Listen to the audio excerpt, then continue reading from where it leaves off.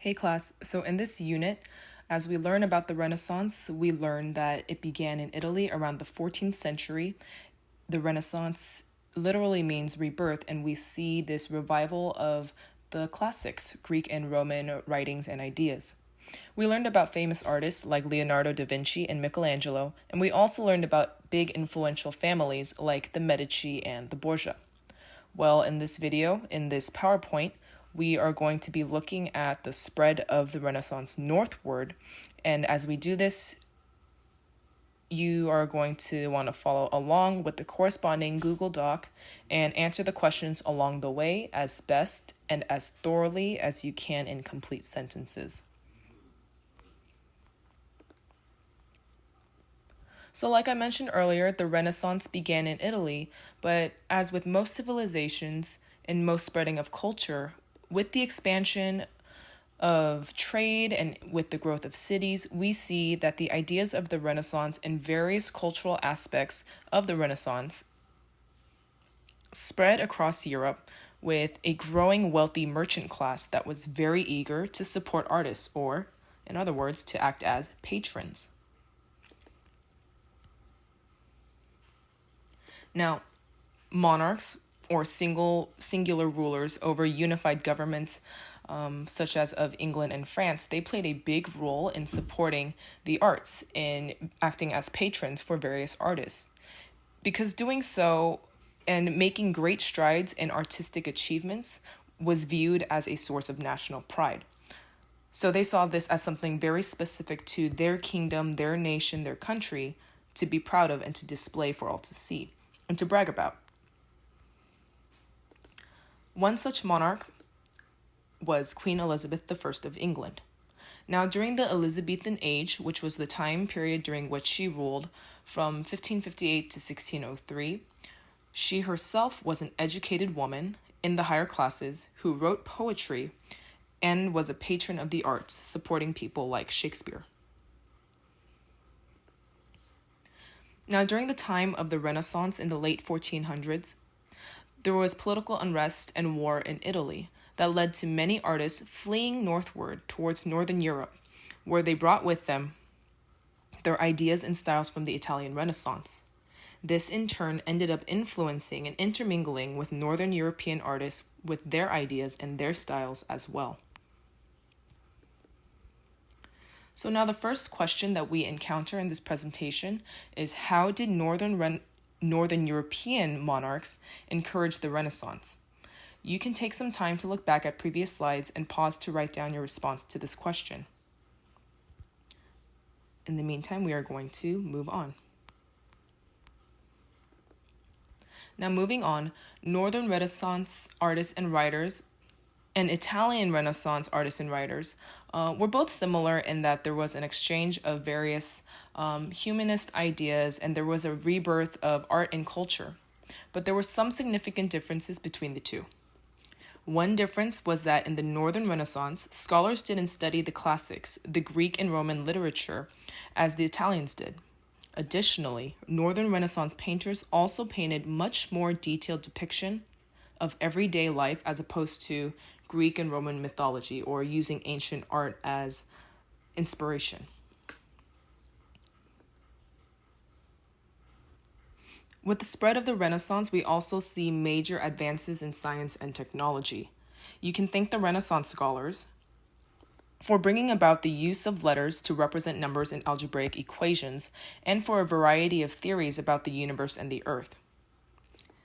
Great advances were also made in anatomy, studying and understanding the human body and its structure, and in cartography, which is a fancy word for map making.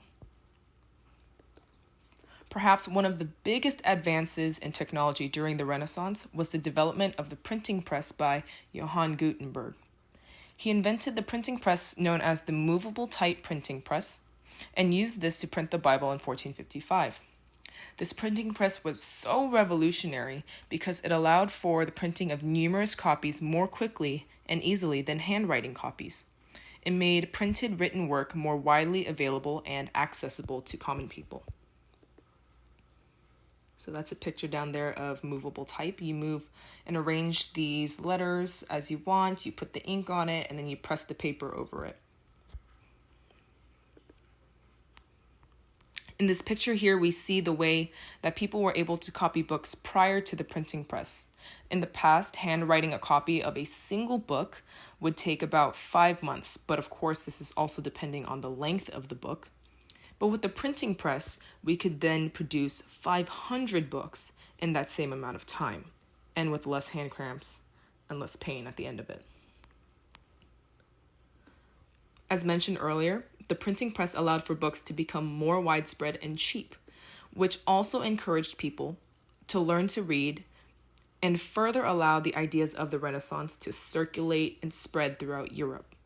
With the greater spread of ideas to a bigger audience and a greater variety of people, writers began to write something called vernacular, which is native or common everyday language, rather than fancy Latin, so that people could better understand and interpret texts themselves, such as the Bible. So we're going to take another break here so that you can answer this question and look back as needed. The question is, what effects did the printing press have on European society? Again, please make sure to answer your question thoughtfully and in detail, and do it to the best of your abilities in complete sentences. And in the meantime, I will move on. Pause as needed. As mentioned earlier, there was a big distinction between Italian and Northern Renaissance artists. Northern Renaissance artists painted in greater detail and drew inspiration from everyday moments in life, and we see this a lot in our German and Flemish examples. One example from Germany is Albrecht Dürer, who created detailed woodcuts and paintings. Here we have a portrait of himself. Here is an example of one of his woodcuts. It's called The Four Horsemen of the Apocalypse, and it was one of his most famous works. Note the very intricate details we see with the light coming out from the left corner, the wings, all the lines, the facial details. He included so much shading, the fact that he was able to make distinct kinds of body figures, and look at this skinny horse at the bottom with its ribs showing.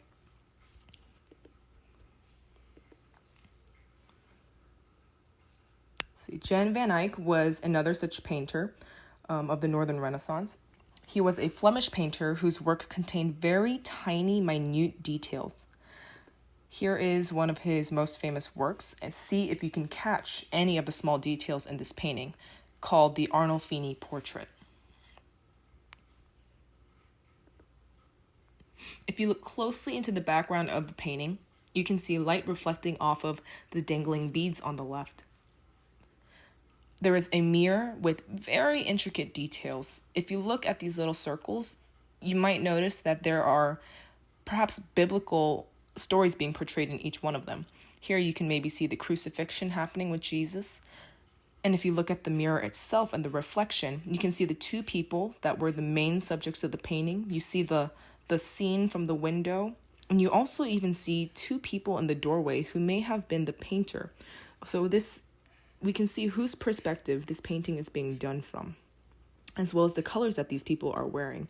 Again, we see immense detail being done in each of these paintings. Another Flemish painter that was really well known during this time was Pieter Bruegel. I may be pronouncing that wrong, and I apologize in advance if it is. But Pieter Bruegel the Elder, he depicted everyday life, and especially of peasants. Again, here we see a lot of detail going on. We see these little different colors of the leaves with the trees. We see greater detail in this little flag in the back. And we see interesting use of perspective as well. We see this woman here and perhaps a child, and they are significantly smaller than the rest of these people. But again, we see that there is a lot of movement in this painting, and we're straying away from classical subjects like Greek and Roman mythology that Italian Renaissance paintings were known for.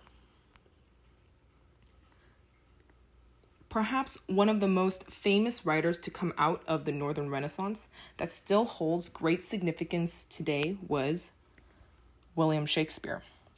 Born in 1564 in England, he became one of the greatest playwrights in history in the 1580s. We see the ideas of humanism playing out as he demonstrates his great understanding of human nature and history through well-known plays such as Romeo and Juliet and Hamlet. If you're not quite sure what these two plays are, here's a brief overview. Romeo and Juliet were two young people from families that hated each other, rival families, and they were blindly in love with one another and decided that they would rather die than live without each other. Hamlet is about a man who sees his dad's ghost and is seeking to avenge his dad's murder by killing the new king, who just so happens to be his uncle. So we see throughout the play he contemplates life and death and is trying to get revenge. So now we're going to have 2 more questions to answer, so you can take some time to go back in the video or to write things down. The first one, or I guess second to last one, is to make a list describing in sentences, complete sentences, the qualities of the paintings of many northern artists. After you finish that, your last question is, if you can name a movie that has a plot that is similar to Romeo and Juliet or Hamlet. Don't use Romeo and Juliet or Hamlet as your examples, because they need to be movies that are different. So similar plot, different movie. All right. That is the end of this presentation. Hopefully you enjoyed looking at the art. I know I did. Hope everyone is doing well. If you have any questions at all, you are more than welcome to post a private comment on Google Classroom or to send me an email, and I will get back to you as soon as possible.